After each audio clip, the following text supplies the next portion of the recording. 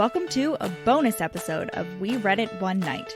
We sat down and laughed our way through the Hating Game movie in the comfort of our own home. So sit back and relax in the comfort of your own home as you listen to us chat about what we liked, what we didn't, and how happy we are about the prominence of Smurfs. Enjoy!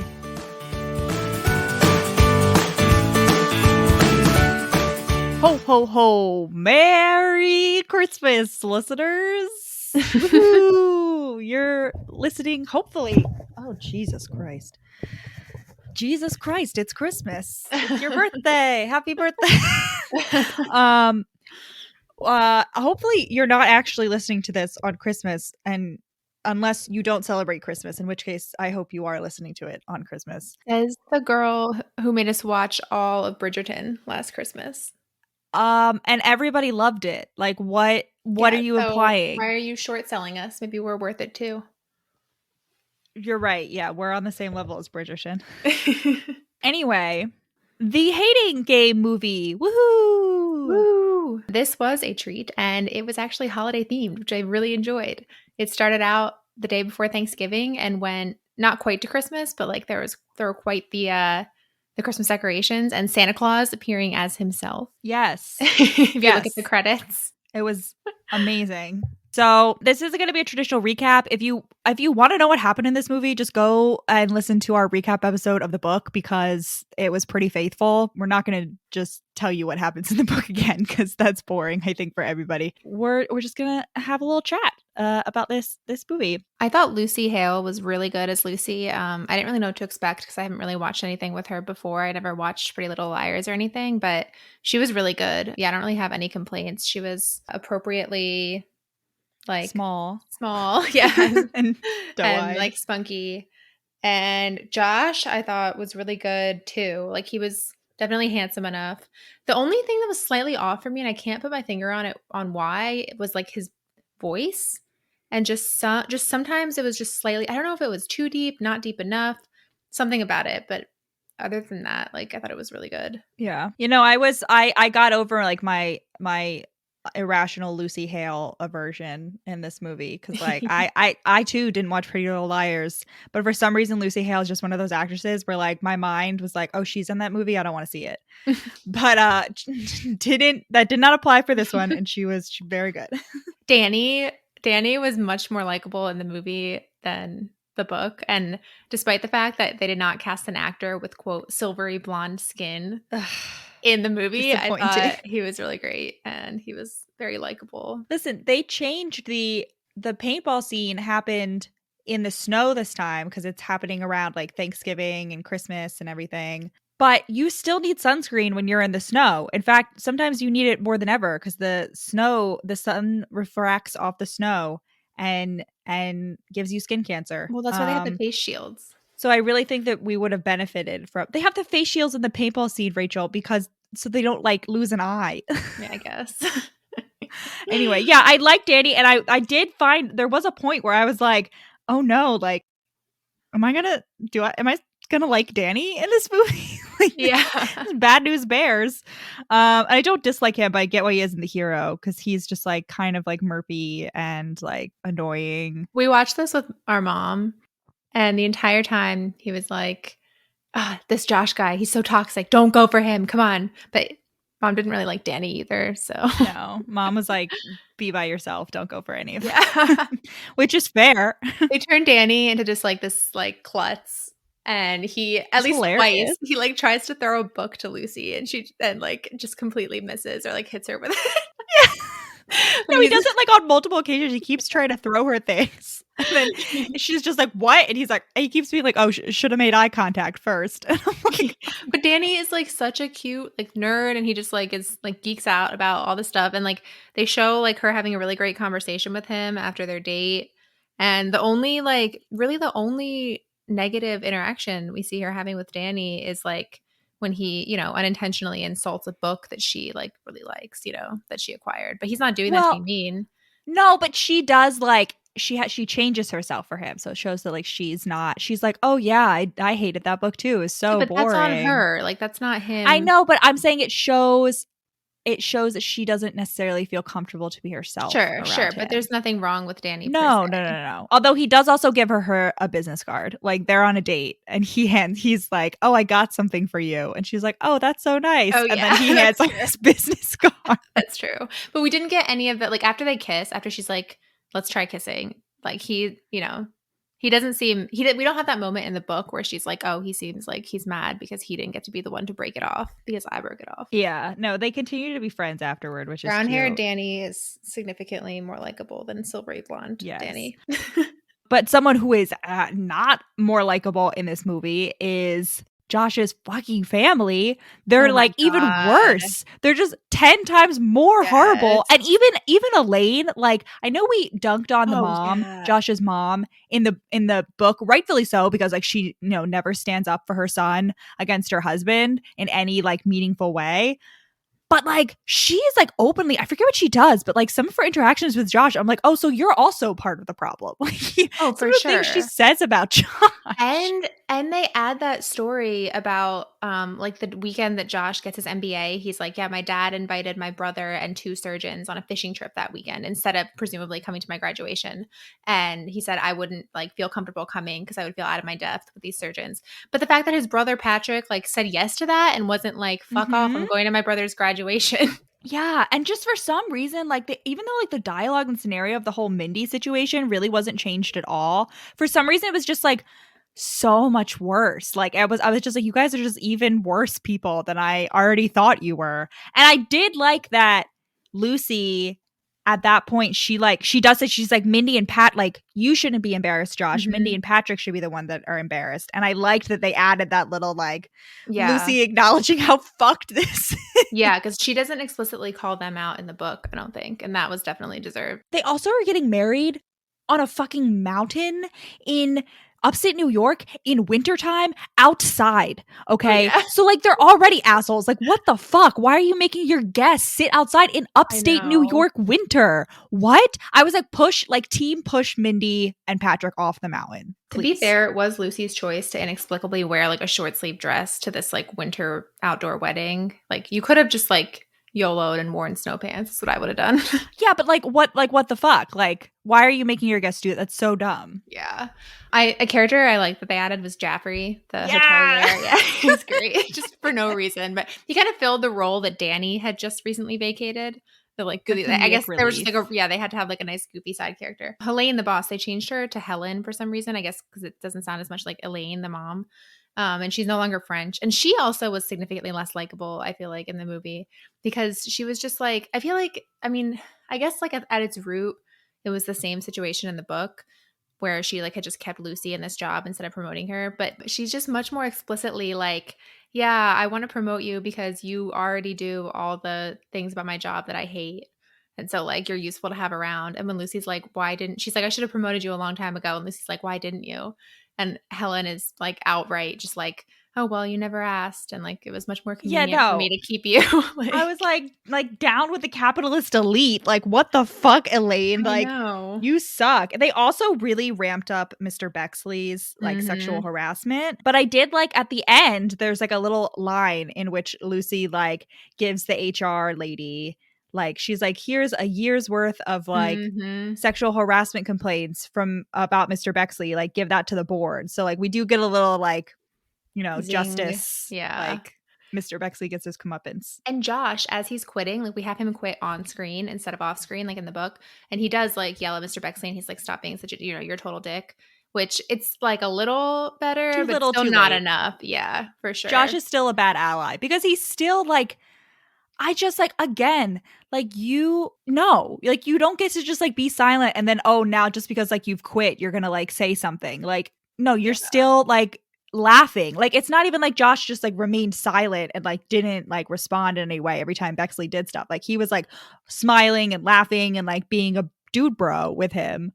And I'm like, no. Yeah. Like you don't get brownie points for this like last like catch-all act of whatever. Yeah. The rest of the employees though, I did like they gave the coworkers, like they made them more developed. Like they like each coworker sort of had a personality as opposed to just like that one girl, I forget her name, the one that like takes advantage of Lucy. Instead of her being really like the only coworker, like everyone, there's like Annabelle who Yeah. Great. who in the paintball scene tackles Josh when he's like trying to like go in and capture the flag or whatever because she's like, you never make cupcakes. And like Lucy does. He's like, you're on my team. I'm on your team. I really enjoyed the HR lady too. Like she was, completely just copy paste from the book, like perfect. She was just like, "You're the worst part of my job. Like, why are you?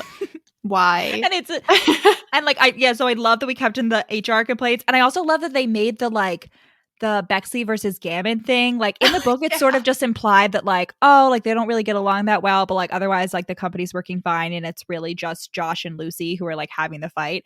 But no, it's like the whole company is in like open warfare. The intro hating montage, it was kind of like the inverse of like the montage in the beginning of Love Actually, where it's just like showing a bunch of people like loving on each other. This is just like a bunch of people openly feuding. Like there's this one guy is like this frat bro from like Bexley's eating like a cupcake or something, and then he sees this like hot Gamma girl walk up to him and he thinks like she's gonna flirt with him, and then she just like squishes his cupcake with her hand and walks away.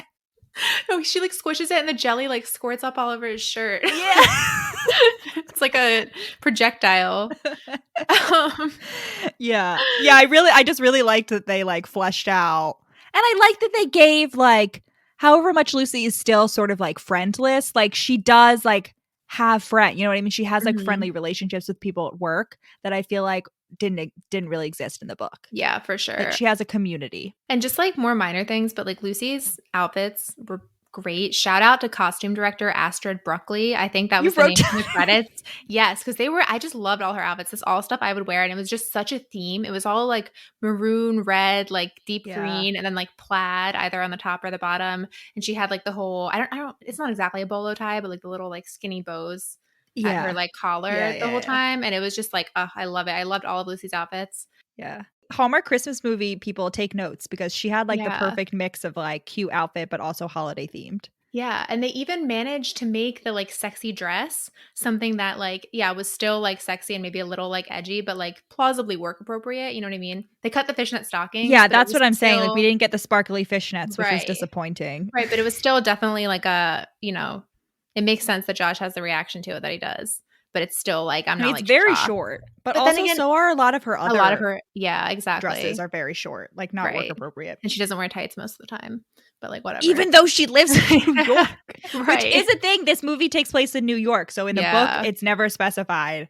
And I mean, it makes sense that they're publishing in New York, but I'm like, Lucy, why don't you ever wear pants? It's New York winter. Josh also has a car, which I'm like, okay, how did you? They cut Lucy's car and her car problems, but like Josh has a car for some reason. Yeah, I don't understand why either of these people have, like, they both seem to live in like Brooklyn. I don't understand why they have cars in the city, and I don't understand why they have cars on a publishing assistant salary. Like, not only does Josh have a car on that salary, but they both also have like really fucking nice apartments where they live alone. Like they don't have roommates. Yeah, but that's like a rule for like any piece of media taking place in New York. It's always going to be a thing. I felt personally like victimized as someone who works in publishing and has 2 roommates. Like, no. Yeah, I know, but that's just like a rule. Like you can't fit camera people in a smaller apartment. Yeah, whatever. But give her a roommate. Whatever, On the flip side of the costume storyline, Josh's shirts, for some reason, he's supposed to have 10 colors. For some reason, he only has 5. And I get that when she's like listing it, they want to keep it snappy. They don't want to have her like list. Where's the payday black though? Like, come on. You're telling me this man's getting dry cleaning every week? I mean, it isn't on brand with his character. But maybe he just owns 2 of each shirt, Rachel. Sure, but yeah, whatever. He just doesn't wash the shirt. Yeah. All right, either way. So we have the best, like such a relief that they still included this in the movie, the Smurfs. Oh my god, it was incredible. And they have her writing Smurf fan fiction, like explicitly on screen. Like Josh roasts her for it, and then it cuts to like her sitting at her computer being like, all happy Smurf families are alike, but no 2 unhappy Smurf families. And it's self-insert. It's self-insert with Josh, Smurf fanfiction. Oh, I love And it. there's also, so in the book at the very least we get the explanation for the Smurfs of like, oh, my dad used to get me Smurfs. Yeah. No, that does not exist. There is no explanation for why this character collects Smurfs in this movie. She just has them, and it's Just as it should amazing. be. They completely cut the dad, which I was kind of sad about because I thought the dad was funny because he like the parents are supposed to like hate Josh and like call him, like refuse to like say his name, call him like James, Jebediah, whatever. But Yeah. instead the mom's like, why don't you get with that cute boy you're always talking about? Yeah. I get why they cut the parent. I mean, the parents don't Yeah. really contribute to the plot in any way. Like pacing wise, I understand why they were cut. Unfortunately, we also don't get an epilogue in which they're heading to the strawberry Right. farm, which like whatever. I really think they leaned into the Smurf. They could have also leaned into the fact that Lucy is strawberry royalty, which they, actually they did a little bit because during the sickbed scene, like Josh brings her a glass of water and a strawberry cup, and she's like, "My mom always used to bring me strawberry juice when I was sick." And then the Right. next day at work, like Josh put strawberry juice on her desk because he's a cute little boy. But back to the Smurfs. So there's the third act breakup, right? And Josh is being a sad boy walking through Times Square. Oh my God. And he sees someone dressed up as Smurfette. And he's like, oh it's Smurfette. Yes. Oh, and also, so when Lucy gets her like Smurf delivery to the office, Josh is like, "Oh, what is that for? Is it for like a Smurf village you're putting together?" And let me just say, I made a TikTok like 3 weeks ago in which it's like using that la la la la la la la la la la la. Go look it up. It's on our Instagram Reels. It's on TikTok. And it's just like a picture of Lucy and Josh sitting in the elevator, and it's like Josh planning to paint his bedroom the color of Lucy's eyes, and then it's like Lucy planning her Smurf cottagecore village, and then it just cuts to a bunch of. I predicted this, is what I'm saying. Well done. Proud of you. Incredible. I love it. Yeah, it's amazing.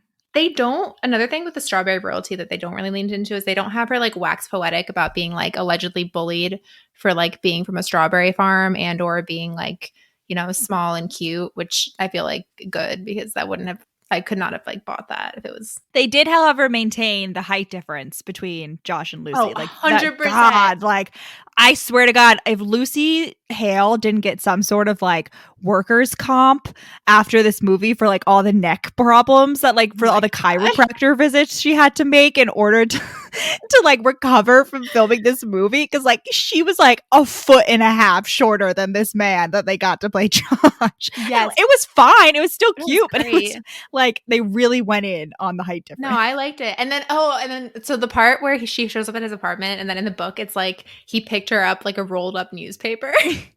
I feel like they somehow managed to completely convey that because he just like he picks her straight up and they like kiss, but then the camera zooms out. It's just like she looks so small compared to him. Like she just looks like literally like he did just pick up a roll out of newspaper and it's like holding it. But it is, I will say, like I was still a little bit disappointed because it wasn't under his arm. That's true. Like in the book, he has her under like a football. But we got the vibe, like for sure. Yeah, it definitely was. I also just like, in terms of just like listening experience, we obviously used closed captions because everyone should. Like I don't understand why everybody doesn't have closed captions on at all times. And I would just like to applaud whoever wrote down the closed captions for this, particularly for Amazon Prime. I don't know if we watched on Amazon, and I don't know if different streaming services use like each like caption it themselves, but Amazon kept for the soundtrack, which was great, by the way. The overall soundtrack of this movie was great, but they kept the way that they tagged just the instrumental music. It was like hashtag curious funky music, hashtag slow sexy music, hashtag sexy electronic music, hashtag gentle romantic music, hashtag smooth jazzy music. You forgot sexy funky music. What? Oh, I know. I missed that one. Yeah, I really enjoyed that. I mean, honestly, if you're watching this and, you're relying on the closed captions, it gives you the vibe, Yeah. They're playing sexy, funky music. That's what's happening here. So, you know what? Good for them. Like, I'm not that quick to, upvote Amazon, but like, good work. It's true. CEO entrepreneur born 1964. Speaking of songs, Danny's character being hilarious, and he's just like, I don't know, like he just says he's a lot of moments. At one point, he's like, "Lucy in the sky with Danny," and he accidentally calls her a cow at one point. I forget how it comes up, but he's like, "Oh, you should wear a bell like a cow." And then he's like, "Wait, I didn't mean that." And like, as someone who has accidentally called someone a cow before, it was very traumatic for me and almost certainly for them too, without like meaning it as an insult at all. Like, I just feel Danny so hard here. You didn't accidentally call her a cow. You Right, meant but to call her a cow, but you just didn't mean it as an I didn't mean insult. to call her a cow. Yeah. Anyway, I'm not explaining this. It's just You gonna meant make she me was look cute bad. like a cow. Yeah. Well, it was like, yeah. I'm not. Yeah. I'm sorry. Stop the cow slander. Yeah, I love cows. They have the most beautiful eyes. Anyway. Anyway, speaking of animals, let's talk about the cats Yes. in this movie. So like We have two explicit cat-themed references or animal-themed references. So first we have Lucy goes to ask Danny out on the date because like Josh has her cornered and he has like a cat in an astronaut suit poster on the back of his wall. And she's like, "Do you want to go out for drinks tonight?" And he's like, "Oh, I can't because like my office friends are taking me out like for like a goodbye party because it's his last day." And she's like, "I can't do any other day because I'm going to be swamped with this thing for orphaned rescued cats." thing for cats. Orphan rescue cats. Yeah, that was funny. Josh was also a furry when he was a child. We learned this God. from Patrick. We learned that when he like up until the age of 12, he made his mom walk him around the block while he was dressed as a dog. So Josh is I felt very much he was very dog-like in this adaptation, whereas in the book he's very cat-like. I would say he's still overall cat-like. I feel like he was 12 and it was his rebellious phase, like wanting to try a dog. He was trying to be a for dog. while. I mean, he's a furry. Either way, Josh is a furry confirmed. Yeah. Speaking of other kinks, unfortunately, we don't get an explicit. Well, we do get an explicit Smurf kink. You know, are there Smurf fan fiction sites that are not sexual? I don't think so.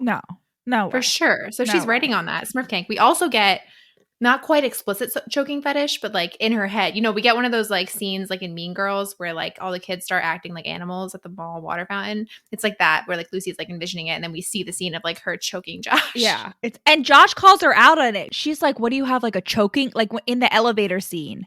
Yeah. She's like, "What do you have a choking kink or something?" And he's like, "You have serial killer eyes." So like we kept that in. It's great. Oh yeah. So do you want to talk about like the kissing and sex scene? Like for some reason, a lot of the kissing scene, like a lot of like the, you know, they just seemed very like random to me. Like the elevator scene. Yeah. It was just like out of nowhere. And she kisses him, which I'm not inherently opposed to, but it's just not how it is in the book. And it just feels, and I guess it's random in the book too, but like it still feels like, I don't know. It was just very out of left field. First time they have sex in the hotel, he literally walks out of the shower. All he has is a towel like wrapped around his waist and that's it.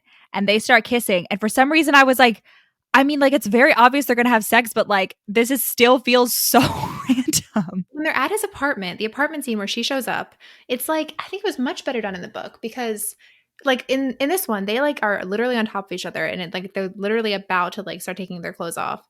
And she says something about this being like, let's just get it out of our system and have sex once and then never again. And he's just like, okay, no, not doing that, but doesn't explain why and just like gets up and is like, you should go home now. Whereas in the book, that happened and he explicitly was like, I don't just want to be in a one night stand for you. You know, if we're only going to have sex once, it's not going to be tonight. Let's just watch a movie instead, right? They watch a show or something.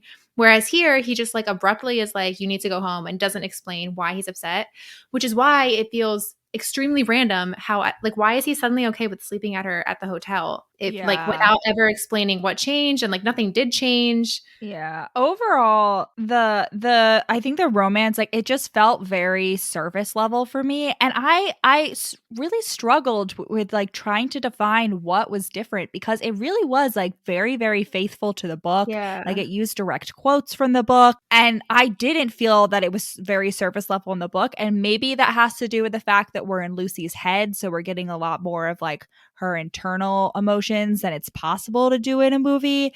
But overall, like the pacing felt a little bit off in their relationship. Like I felt like it could have used more development before it got to the the wedding part, like them going to the wedding felt very abrupt. For sure, yeah. Out Like of he just shows up nowhere. at her door and he's like, "We're going to the wedding," and she's like, "Oh, you were serious about that?" And I was like, "What?" After, like, right after, that's, like, it's, like, the apartment scene where he's like, "You need to leave.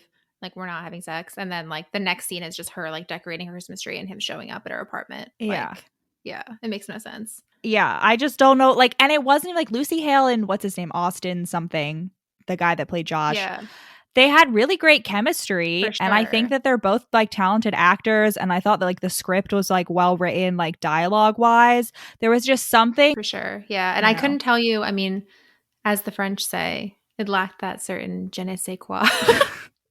Yeah, I And have I no couldn't put my finger idea. on it, but it's just something. And maybe, I mean, I would be willing to rewatch it and see if I can just, like, live in the moment of the movie instead of, like, I feel like every time I watch a movie that's based on a book that I really liked, I'm, like, constantly keeping all I'm doing is keeping Yeah, a tally of, like, similarities in my head, and it's hard to focus on, like, the overall, like, holistic experience.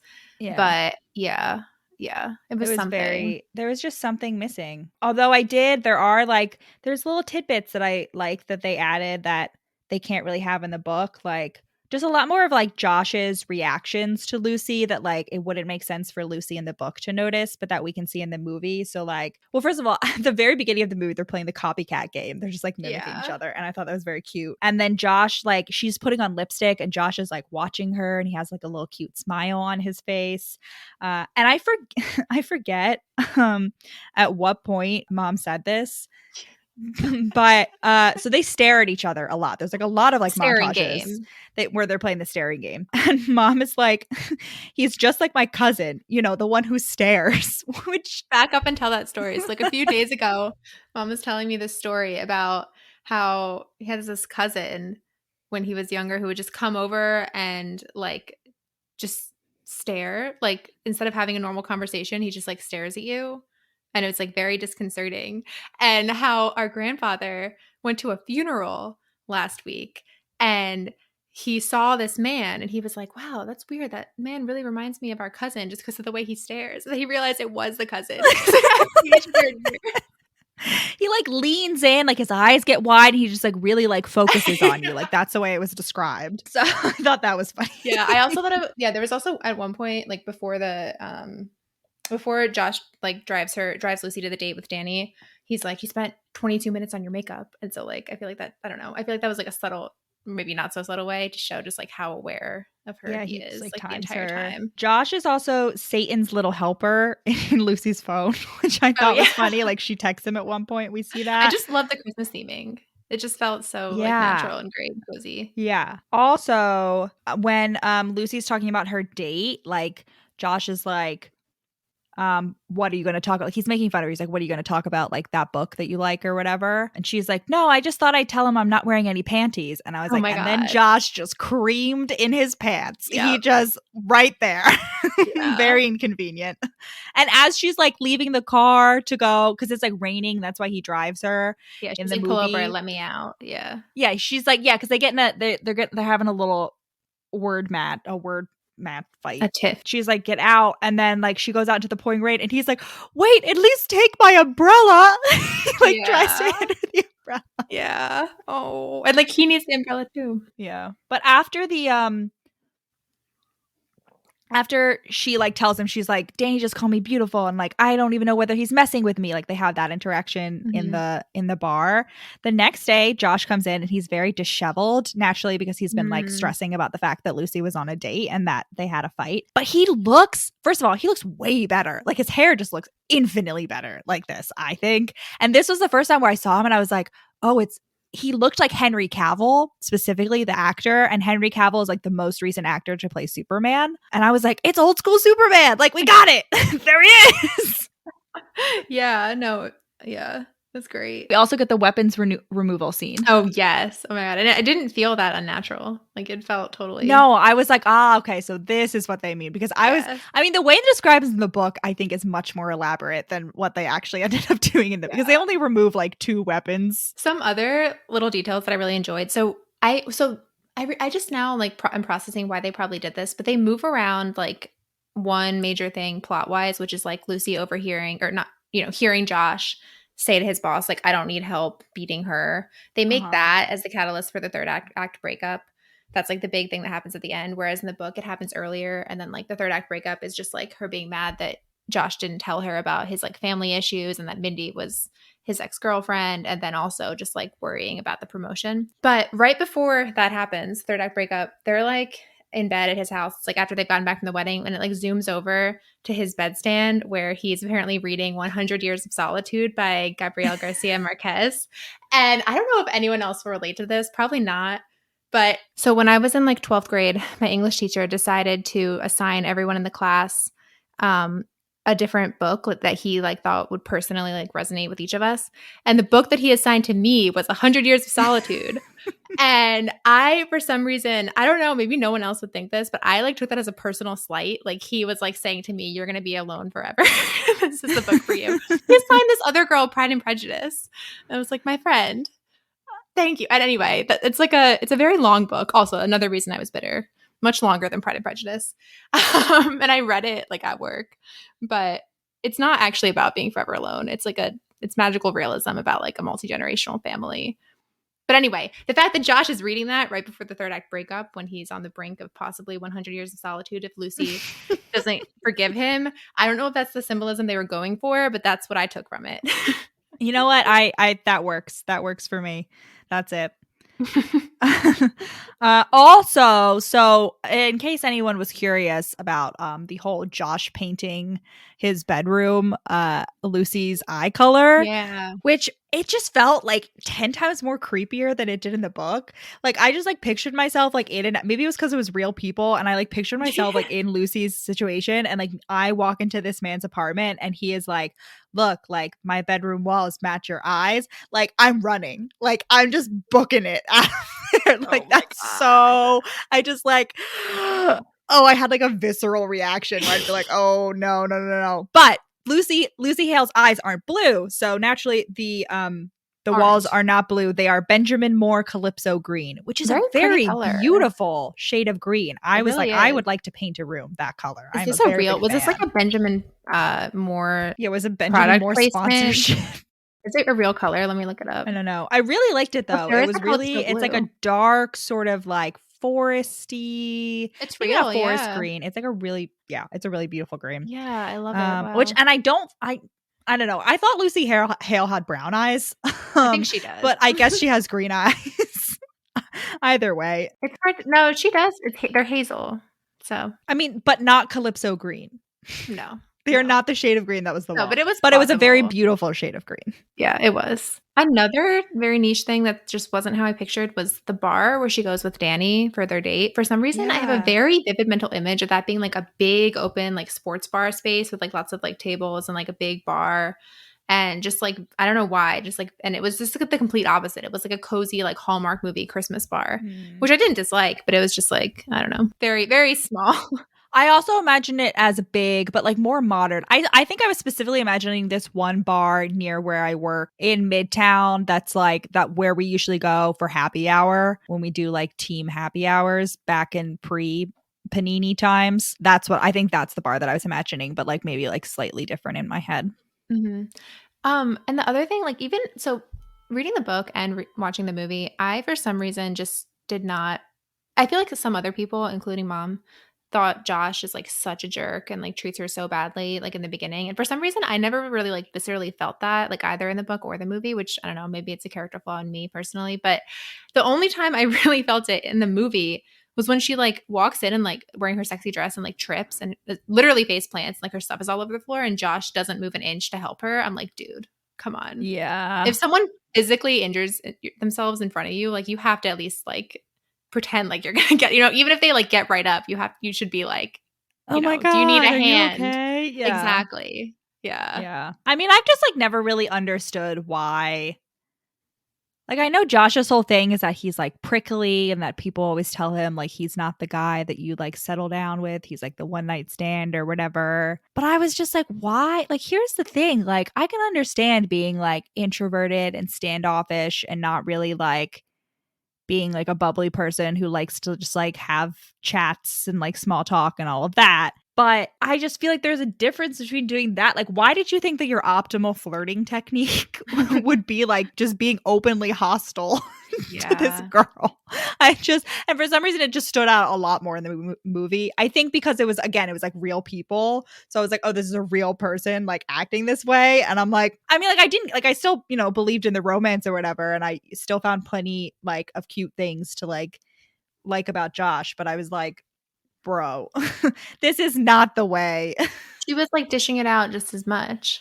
Yeah, I don't know. But the number one thing that like people mistake for rudeness is shyness. That's all I'm saying. Mm-hmm. We don't get an explicit explanation for why he's such a dick with like their meeting scene, which they make even worse. Instead of just like not smiling at her, she brings him a plant and he just takes it and walks off without saying anything.